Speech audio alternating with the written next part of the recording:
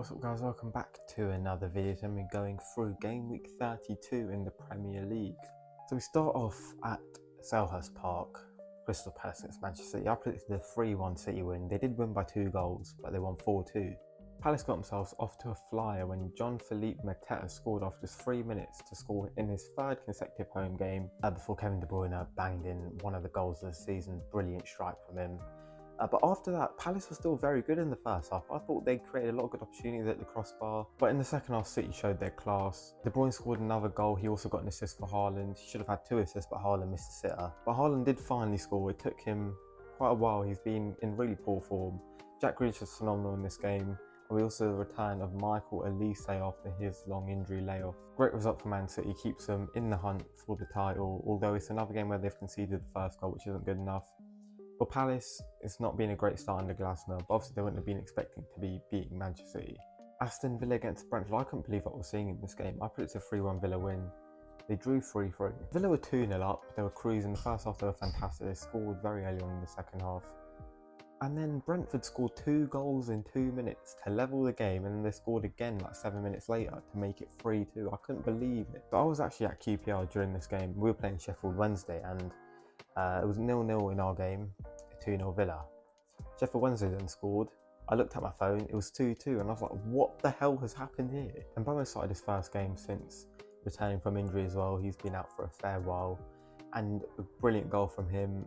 A lot of Brentford fans were saying that he's more important than Tony, and this game proved that he was very good. Watkins scored 2 goals against his former club as well. And yeah, there were only 6 shots on target in this game, and all 6 of them went in. Great day for the goalkeepers. Everton Burnley, I predicted a 1-goal Everton win, and they got it. Calvert-Lewin has scored 2 goals in 2 games. I cannot believe it. He has learned how to finish again. Although both goals are very lucky. The one against Newcastle penalty, it was a really bad penalty, so I should have been saved. And this one, it was very similar to Nunes' goal against Sheffield United, where he just pressed the goalkeeper and the goalkeeper just hit against him and it went in. Fowler from Muric, and then later on in the game, Burnley got themselves yet another red card. O'Shea took out McNeil, who was about to go for on goal. Burnley got so many red cards this season.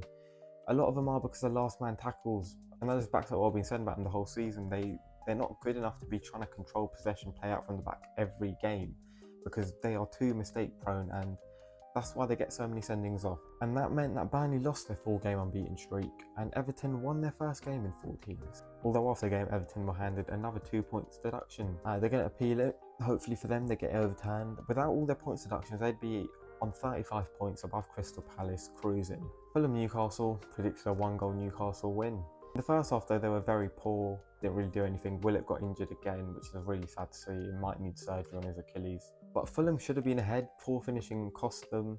And in the second half, Newcastle got a lot better. Harvey Barnes came on off the bench and had a really, really big impact. He was very good, crucial for the goal, which was scored by Bruno G. A couple of minutes before that, Fabian Schär had a goal disallowed after Dan Burn fouled one of the Fulham defenders. And this now puts Newcastle in a really good position for the top 6, given how teams around them are playing and doing.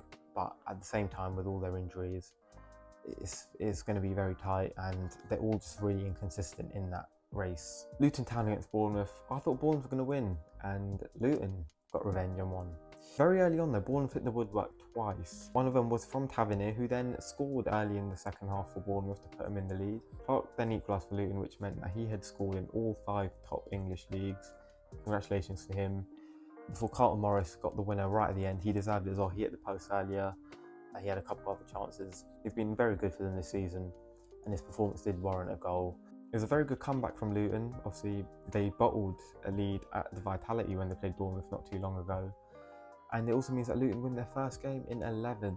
Wolves West Ham, I did bang this prediction. Game was just a bit weird. I mean, when I saw the lineup, I was very shocked that Antonio was dropped, because Jared Bowen up front is not the same as Jared Bowen on the right wing. He is so much more effective playing off that right hand side. And in the first half, West Ham were absolutely awful. Wolves were a better team. They scored via penalty, and it was a penalty, and they were just creating more chances. And it's really weird because their front 3 consisted of a fullback and 2 central midfielders. The second half, West Ham improved massively. They also scored via penalty, and then Ward-Prowse scored a ridiculous goal directly from a corner. That is mental. Wolves then had a goal disallowed right at the end. I think it was the right decision because Fabianski's eye line was blocked. There was a defender right in front of him. He couldn't see the ball. I don't know why it's really that big of a deal. I mean, obviously, even if he had been able to see it, would he have got there? Probably not, but you didn't give him a chance. So it's the right decision in my opinion. Brighton against Arsenal, I predicted a close Arsenal win. They were absolutely ruthless and dominant in this game. They got revenge for Brighton for what happened at the Emirates last season. They started the game so well. They could have been 4-0 up after the first 25 minutes. And some huge chances. Gabriel had one, Jesus had two, Saka had one as well. They took the lead from the spot, through Saka, and the penalty was quite controversial because Lamptey did touch the ball, but he cleaned out Jesus, and I think it was the right decision to give a penalty here. The slight touch he got on the ball didn't take the ball in another direction. It went exactly where it would have gone if he didn't touch it.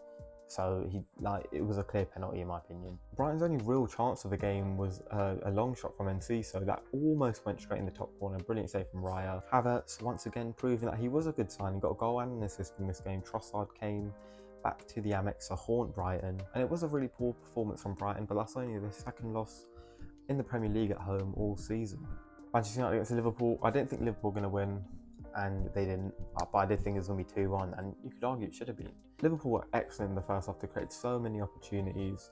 Man United didn't really, they had a good first 5 or so minutes, but didn't create anything, and Liverpool were just ripping them open in the midfield, man. Their cutbacks were so dangerous.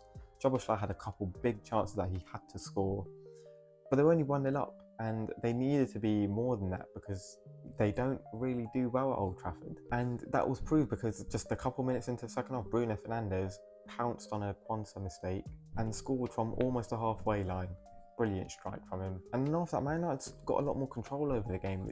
The tide completely turned, and Kobbie Mainoo scored one of the goals of the season. It was an amazing strike. He wasn't even looking at the goal when he pinged it right in the top corner. Liverpool equalised towards the end after Harvey Elliott was judged to have been fouled by Aaron Wan-Bissaka. Personally, it looked like a complete dive. From the first angle, it looked like a pen, but watching the replays, I mean, he fell onto Wan-Bissaka's leg, like it was not a penalty. But then after that, I don't know what Casemiro's doing, man. This guy, like, he's just, I know he can't run, he's getting old, whatever. But he, like, genuinely, he's just such a liability, man. He just dives into tackles for no reason. He's always out of position. And right at the end of the game, he had an easy tackle on Diaz. He just took him out, and Liverpool nearly scored from that. I thought Willy Camboala, who came into the Man United back line, playing next to Harry Maguire, was absolutely phenomenal. They've got two excellent youngsters in there. They've also got Højlund and Garnacho. I don't think quite have the same potential as Mainoo and Camboala, but can also go to a very high level. It'd be very nice to see Camboala get more opportunity as well, because I don't think Varane's been very good this season. Obviously, Martinez has been heavily hit with injuries, but Camboala in this game, he put one foot wrong and he made up for it, and then after that he just looked so comfortable. Sheffield United against Chelsea. I predicted a 3-1 Chelsea win and they drew 2-2. And they deserved to lose this game. They were terrible. But Sheffield United were really good, especially Hamer and McBurney. I thought they were excellent. Chelsea did take the lead very early on before Sheffield United equalised, and then Chelsea took the lead again after Madueke scored a brilliant goal. He was their danger man in this game. He was very good. Right at the end of the game though, McBurney scored from about 4 yards out. My boy Cameron Archer with the assist. Horrific defending from Chelsea, unforgivable defending from Chelsea. But this just highlights the issue with Chelsea, man. They had a brilliant result against Manchester United midweek, where, you know, they fought right till the end, and then they do this. It's just finally Tottenham against Nottingham Forest. I predicted a 4-3 Tottenham win. Ended up only being 3-1. So yeah, you're still 4 goals. Tottenham started the game really well. They had a lot of touches in the opposition box, but Forest defended fairly well. Bissouma had a lot of space on the edge of the box, and he tried a few speculative efforts. None of them were really that dangerous though.